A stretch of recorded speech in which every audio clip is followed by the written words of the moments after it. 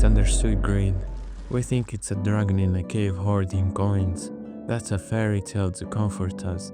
Real greed isn't in the wanting. A child wants, we all want. Real greed is in the systems we call normal. It's the belief that the ultimate good, the highest virtue, is the acquisition and concentration of capital. It is the deification of more. This isn't a video about Scrooge McDuck. This is a video about the water we swim in, the logic that turns presidents into brand managers, nations into corporations, and your attention into their revenue stream. Greed is no longer a sin against God. It is the ritual of the new world. For centuries, greed was a spiritual poison, the hoarding that starved the community soul. Then they performed an alchemy. They rebranded it. They gave it new names: ambition, innovation, shareholder value, GDP growth. This is the dictionary of hypocrites. It's the moral laundering of infinite appetite. Politicians do not repel environmental laws out of greed, but rather for the energy independence and job creations. Phrases carefully chosen to disguise harmful capital flows into their funders. A president isn't a hypocrite for preaching family values while passing tax cuts that impoverish families. He's a logical node in the network of greed. His ideology is a mask, and his mind is pure capital. My friend, this is the first truth. Systemic greed requires systemic hypocrisy. The public face must degrade the very hunger it feeds in private. So how does it work, you ask?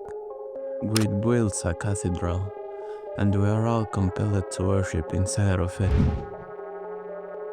Your education, a debt instrument.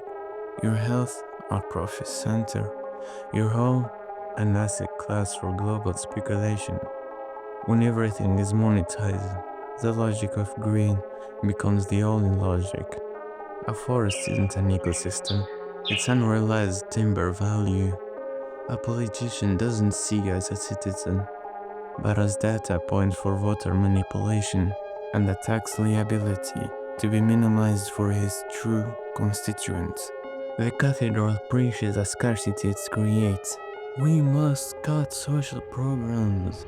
There isn't enough. Yet, wealth is generated in astronomical abstract quantities, in stock buybacks, in speculative derivatives. The scarcity is fabricated for you. The abundance is quarantined for them. The greedy president or minister is not an aberration. He is the highest priest of this false scarcity, directing your fear and anger away from the architecture and into the other worshippers, the immigrants, the poor. But this is where it truly gets pathological. The end stage of greed isn't pleasure, it's numbness. The old sin of sloth, the spiritual despair. A billionaire doesn't buy the seventh yacht for joy. He buys it because the void where his soul should be echoes, and possession is the only language he knows to scream into it. Well, a lot of people does that kind of stuff.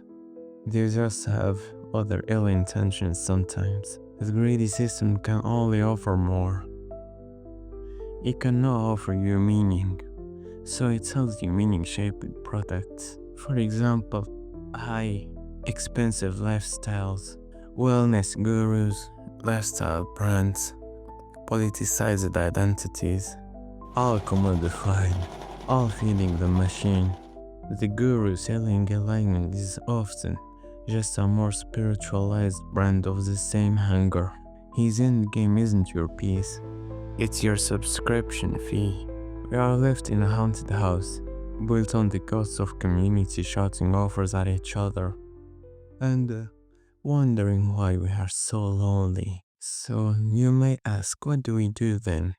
Well, I have the solutions for you, my friend. First, we stop believing the lies. We see the machine for what it is. We name it greed. We recognize that some things should never be for sale. For example, our time, sold to you by Meta, TikTok, Instagram, attention merchants fragmenting your life for their ad revenue. Our care turned into products. The wellness industry selling cure-alls, big pharma hiking insulin prices, and therapy apps selling AI companionships. Our connection, the marriage industrial complex, from predatory dating apps selling false hopes, to over-the-top wedding vendors, to divorce lawyers profiting from your heartbreak. The opposite grid isn't charity, it's sovereignty. It's building a world where the goal isn't more, it's enough and being satisfied. We matter more than the metrics of BlackRock, the price of Amazon, the growth targets of China or the USA. Stop waiting for the heroes at the top to change. They are the problem. The change starts when we look away from their shiny lights. The end of greed begins the second you refuse to be a brain-dead product. Subscribe for in the next video. I'm gonna cover truths about the worst sin of all. Don't act like a victim of their greedy actions, but instead, watch the suggested video to uncover more secrets you never knew them, and you're gonna change from the victim state you might be in right now. Stay sharp.